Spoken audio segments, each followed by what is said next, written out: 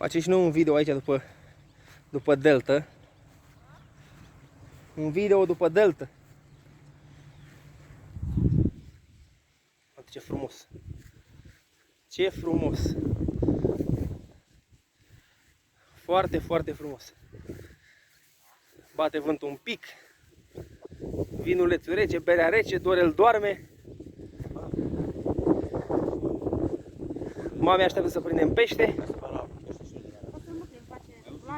Ce vrei, mă?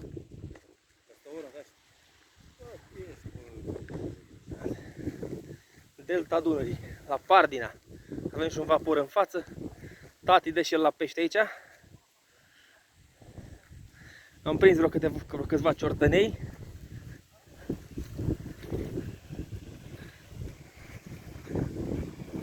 Avem sculele aici puse.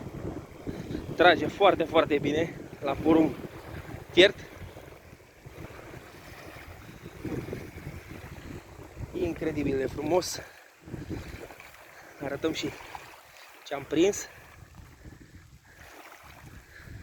Niște ciortănei nu mari, că de-aia le zicem ciortănei. Iar acum trage la o lansetă.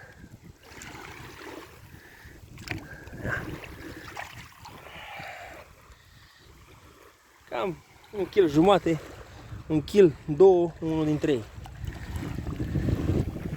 Și trage la o lansetă. Întrerupem și filmăm după.